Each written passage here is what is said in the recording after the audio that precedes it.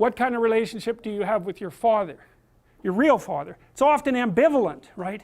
Because there's an element of him that encouraged you, hopefully, because without the encouragement of your father, man, the world is a dismal place. It's very difficult to be a courageous person unless you have your father in body and spirit behind you. It's very demoralizing.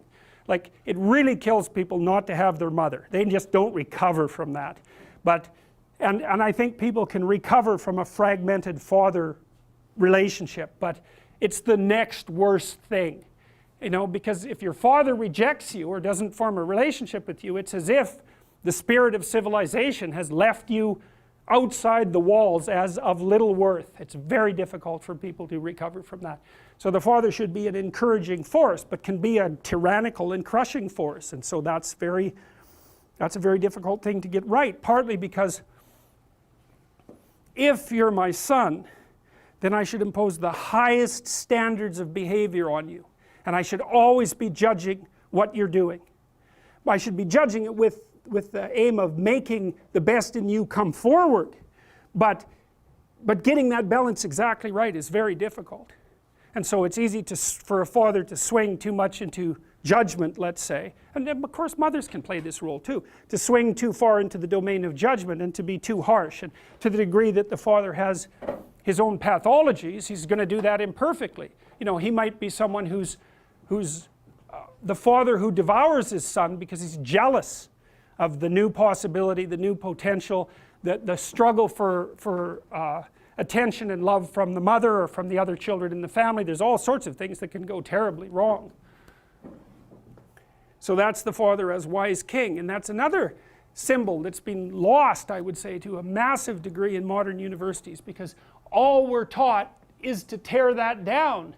And to not even notice that it manifests itself everywhere, especially in the universities, which are like they're as close to an ideal environment as human beings have ever been able to create. It's as simple as that. And if you can't be grateful for the structure of the university with all its imperfections, then you're completely blind to this element of the archetype. And that's the opposite of it. That's the son that devours, the king that devours his own son. That's a tyrant. You know, that's like the mother who's too overprotective. It's the male version of that. And the mother that's too overprotective says, I'll never let anything happen to you. It's like, well, maybe you actually want to have something happen to you. You know, it's a bit of an all-inclusive statement. It's like, no, I'm going to make you strong so any number of things can happen to you. And when you need some care, I'll be there. But otherwise, like out into the world with you. That's the right attitude. And for the father, it's like, get your bloody act together. But I'm on your side. It's not because I want to destroy you or demean you or push you down in the dominance hierarchy, but because I want the best in you to emerge. And so you need standards. It's like, what are you doing wasting your life? There's way more than that to you. Get your act together and bring it out. And that's a message that people really want to hear if they have any sense at all. And generally they do want to hear it. So, you know, I've been talking to a lot of people recently, as perhaps you know, and I was talking to one of the leaders of the Conservatives this morning, and they're asking me about, the person was asking me about Bill C-16, but more specifically about talking to young people, because the Conservative leadership struggle is going on right now. I've been talking to a bunch of them, and I said, well, look, one of the things you could do for young people that no one's doing is to talk to them about responsibility.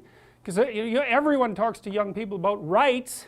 It's like, we need our rights. It's like, oh God, how many rights do you need? You know, really, like you have more privileges than any people who've ever lived anywhere.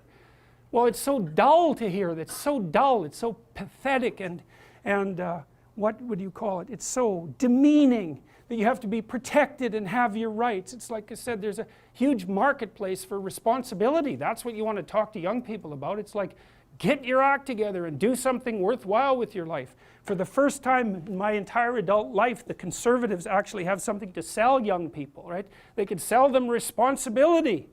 It's like, well, why? Because that's where life has meaning with responsibility.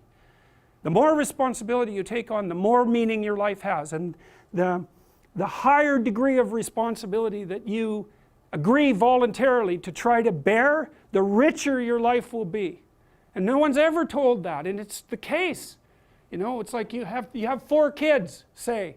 Well, that's plenty of responsibility. You're going to have meaning. It's going to be rough, you know, because it's complicated.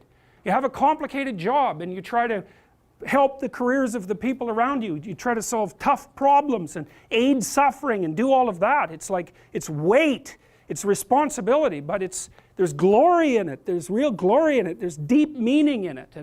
And young people are starving for that because no one ever tells them that. It's like, you're way more than you think, man. Stand up, do something difficult. Do something difficult and heroic, right? Burst out of your bonds. It's like, that's a good message. It's a necessary message because we have to be more than we are, because if we aren't, we're not going to survive.